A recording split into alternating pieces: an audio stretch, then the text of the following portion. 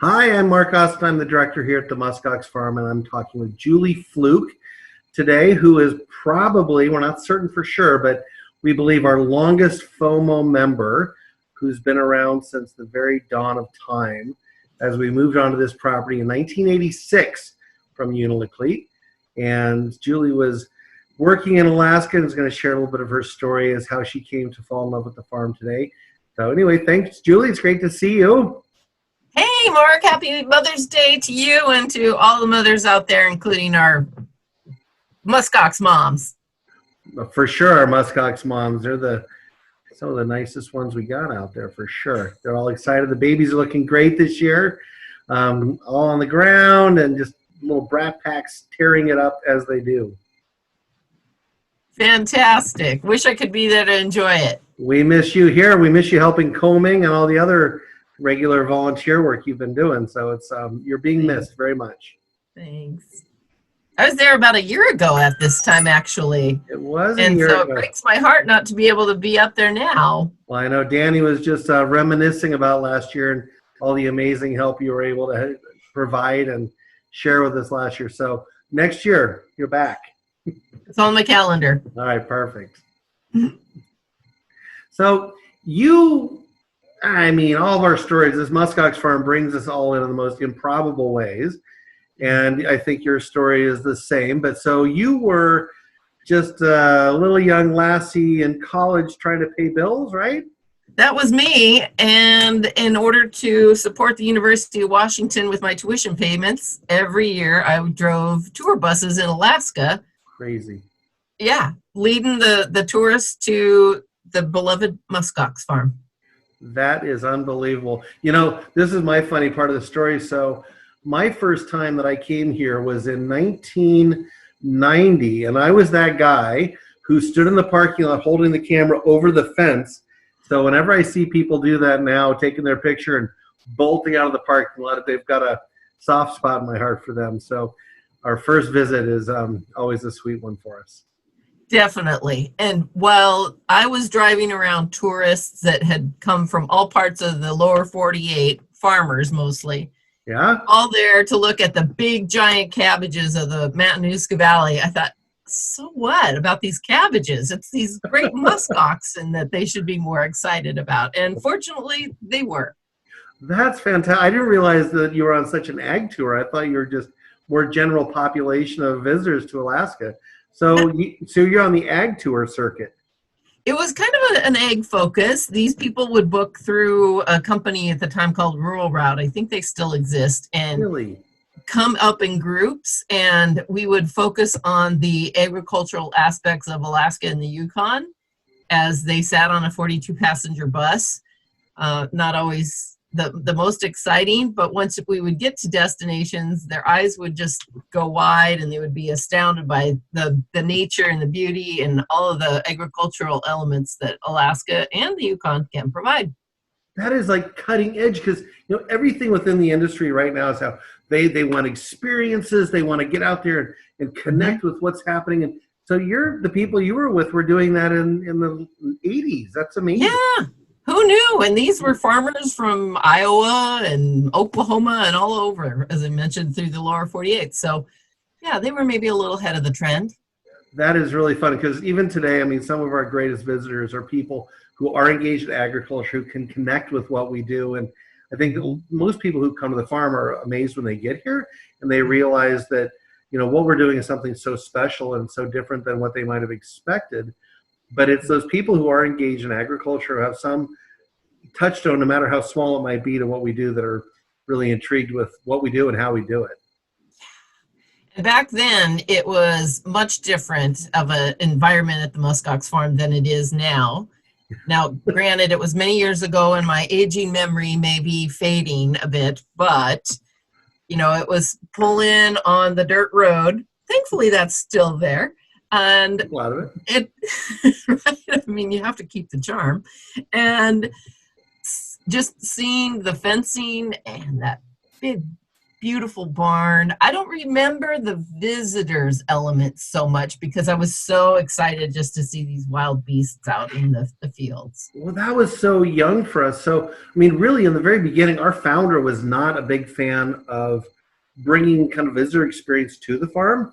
He was worried about diluting the hard work of the project with being confused with a roadside attraction.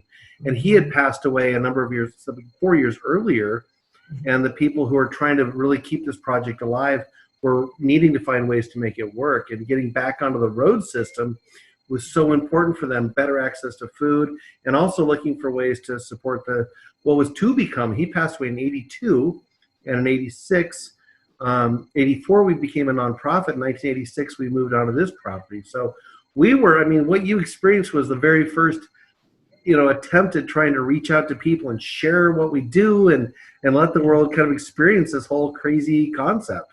Yeah. Well, and just flashing back to that era a bit, the big thing as we were on these buses touring around was the collectability of pins. So wherever we would stop, people would get pins. You don't have it. There it is. No way! Oh, Julie, that's awesome. Oh my gosh, that is probably worth millions right now. Yeah, I haven't checked on eBay lately, but it is something I cherish. I'm sure you do. Well, the original FOMO pin from the beginning of that's amazing. Yeah, it's in the collection, and eventually, many more years from now, it may make an appearance in your office. Well, I started hanging out here in the 90s when the son of our founder, Lansing Teal, was kind of at the helm of the place. And I, again, just who knew the paths of life, and came here in 2010. And what I inherited was a computer program that was literally a video Rolodex. There was no other information. And so that we got people like you to kind of carry through that is just an amazing just testimony to the poor technology streaming upward and keeping people engaged over these years. Yeah, and thankfully for technology, like having this opportunity to talk with you and all the other fans out there, what will it be like in the future? It's sometimes a bit intimidating, but I have to just look to, the farm and to nature to just keep me grounded through all of this change and wow, the way that we interact with people. So the fact that the farm is there to keep us humble is something that needs to be really cherished. Well, thank you for that. And it's people like you that make this so important. And you've been a long time adoptee of Nettles, correct? Nettles is my boy. Right. So maybe as the years go by, we can just park like a holographic Nettles in the middle of your living room. So when you wake up in the morning, give a little pat on the nose as you walk by and grab your coffee and maybe set your evening cocktail between the horns and you'll just be able to enjoy a little virtual Nettles in your world all the time. Yes, well, he is in my heart for sure, every day. And even one of my Musk Ox figurines with a broken horn is now named Nettles. So, well, Nettles. So for those of you who don't know, Nettles, he was one of our breeding bulls for quite a long time, and a boisterous young lad that he was. And we've undertaken to do some late in life kind of surgical castrations. Actually, we can make them live longer, more relaxed lives, not having to go out and be the crazy frat boy in the bar hopped up on tequila as they go on. And so Nettles is enjoying some quiet time in a pasture with some boys a few years ago, and he kind of got cheap shotted and he broke off a horn. So that's what Julie's referring to at this point. So he's a quieter young or older gentleman at this point, and he's definitely, I always call him an east-facing Musk Ox because as our south-facing property, if he's facing east, he looks great, but on the other side, he's just kind of got this little horn plate that's been growing back slowly, but he's doing good. Oh, that's awesome. He's mellowed into a fine older gentleman. Yeah, that's great. Yeah. And there will be more to follow. I mean, with the success of the farm, it's like, well, I love my Nettles, but what will the next be? We've got 2 new calves this spring, correct? We've got 3 on the ground, and if Amethyst would just kind of get with the act, we can finish up with our 4th. So we're definitely excited to get our new calf crop on the ground. I don't know if I've told you or not yet, but we did a little vote thing out there, and so pay to play helped in this crazy COVID era to help with a little fundraising. People were really generous and paid $1 a vote to help us with the theme. And what we ended up with was Greek gods and goddesses. Oh, I didn't win. Well, pay to play. I paid, but you always pay. I know that. Well, so we've got a Freya on the ground. I got to look at my notes here because we were just talking about this. And Jord is one of our new little girls. So we have 3 girls, hoping for boys this year. So we have Freya, Jord, and I'm going to mess this one up. I'm very disrespectfully calling this one Snort, but it's Snotra, I think is her name. And she was the goddess of courtesy, consideration, wisdom, clever, virtue, and self-control. So as Musk Ox farmers, a boy can dream that these traits might possibly become embodied in our young little Snort, or Snortra as she might be. So we'll I love the fact there's always a story behind the names. If people could get an inside view, like everyone wants a baby cam, you should get a cam on The Office, because for all of us fighting out what the names are going to be every year and how we're going to come up with, even the themes are hard enough, but it's always a funny little process. Yeah, it's great. I look forward to spring, not only to visit, but obviously with all the calves and their newfound names. Oh, it's such a highlight of every year. Well, another year starting here on the farm. Spring is always such an amazing time. The migratory birds are starting to come in. I watched a huge flight of swans the other day. Snow geese coming over the farm, and always just amazing. But of course, it always starts with the calves coming in, and up till now, it's always been Mother's Day. So kind of heartbreaking not to be there to finish off our spring ritual, but we are certainly excited to carry on the farm and share it in a different way this year, as we're doing with so much else of the whole project. But you, my friend, are very much missed in your help with combing and picking up garbage and cleaning out flower beds and all the wonderful things you've done to help with in the past. So. Oh, I have one question for you. When you were cleaning the restrooms or getting ready to shut them down, did you find little OX messages in the restrooms? No. Wherever I go, I find OX something, right? For most people, it's hugs and kisses. For me, it's all about the ox. Ox. So if I find ox paraphernalia, I pick it up and I buy it. Oh, and I had brought it up, and I left it. There were a couple of these little signs that said OX, and I left them in the bathroom. So it's old bathrooms that the visitors had to use at the farm. And I never heard, and I thought, I wonder if they'll find those. Oh, that's so funny. I think that, no, those migrated into the office very quickly. They were black, right? They flipped around. So those were found immediately. And so those were the bathrooms been enclosed. We're in our brand new building now. I know. I'm so happy for you. You get real plumbing. Except that it's all locked down and it's cold and dark, and we have this huge thing to share, but next year for sure, or later on. But yes, no, we loved finding your hidden oxes, and bringing them into the play. They're part of the new gift shop. Oh, fantastic! When does the gift shop open? Do we Julie, know? Is there? Yeah, I know. It's so hard. We're trying to follow all the best advice, all the best information that's out there. We are with Mother's Day, and we typically see about 2,500 people on any given Mother's Day, which does not seem like a very responsible thing to do.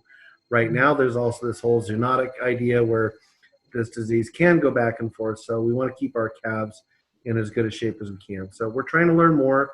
We're going to reevaluate on June 1st. And if there's any possible way that we can get the doors open in any limited way, we will definitely be doing that on June 1st. But for the time being, this is our new reality. We're going digital. Awesome. I can't wait to see you out in the field holding, the laptop or whatever camera and doing Right? on-site. Right. Well, that's we'll do whatever it takes because we're so grateful for so many people that have, like Mother's Day. We have generation after generation after generation right now, and we want to just carry that on and be able to keep people engaged and sharing this because we know it means a lot to so many people for coming to this little Mother's Day moment. We've been doing it for 30-some years. Yeah. Well, traditions are traditions and they don't have to end just because of one circumstance or 1 year or whatever, one situation. They will live on, and it's just a pause. So this may be the pause year, and the tradition of Mother's Day will live on, I am sure, in years to come. Well, thank you. Yeah, we feel the same way. And for us here, there's been so many silver linings to this because we have been able to get out the farm to the world in this digital media era that has been unbelievable. Through our social media, we're touching so many people. We've talked about it for years. Our website is so much more developed and there's so much more material, so much more robust than it ever has been. So there are silver linings.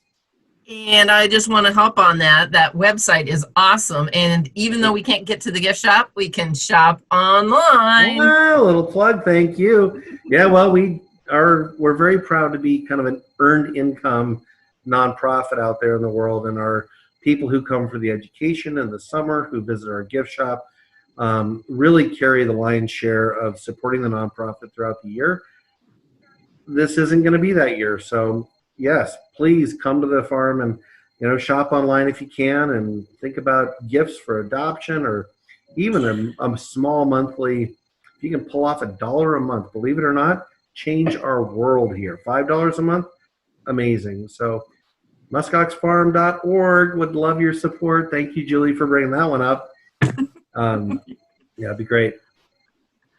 Yes. Well, I'm happy to support online any way I can and as often as possible. And, tough times don't last, but tough people do. Good advice. Well, thank you. Well, Julie, you've been a very, very, very generous through your time, your financial support, your longevity for sure. Supporting the farm, and we're so grateful for you and for people like you and so many members like you who really stuck with the farm, and it's just meant the world to us. So we're hoping to do our part to continue to bring the farm to you and let you know what we're up to and that we're all doing good. Well, the team up there is amazing, and I've never felt more connected to the farm than through all the newsletters and the websites and little blurbs here and there and an email. It's really, really appreciated. And I think I can speak for a lot of people out there that feel the same from all corners of the globe, as we saw on last month's newsletter that I still have, I think, that showed where everybody is. This was great, right? Oh, wasn't that fun? There's everybody. There's everybody. Oh, you're the best. I'm getting a little misty-eyed here. Oh, well. Just big virtual hugs to you and to everybody up there, and certainly the real ones will come soon. Oh, well, thank you so much. Well, I'll give Nettles a little hug next time. Well, he's probably going to run from me. Little Be careful on doing that. Yeah, well, I'll get close and give him a virtual hug as well. So anyway, okay. Ox to you, Julie. We love you. Thanks for everything. And next year, you're back on the farm. Back on the farm. All right. That sounds good. Right. Take care. Thanks. Happy Mother's Day. Thank you. You too.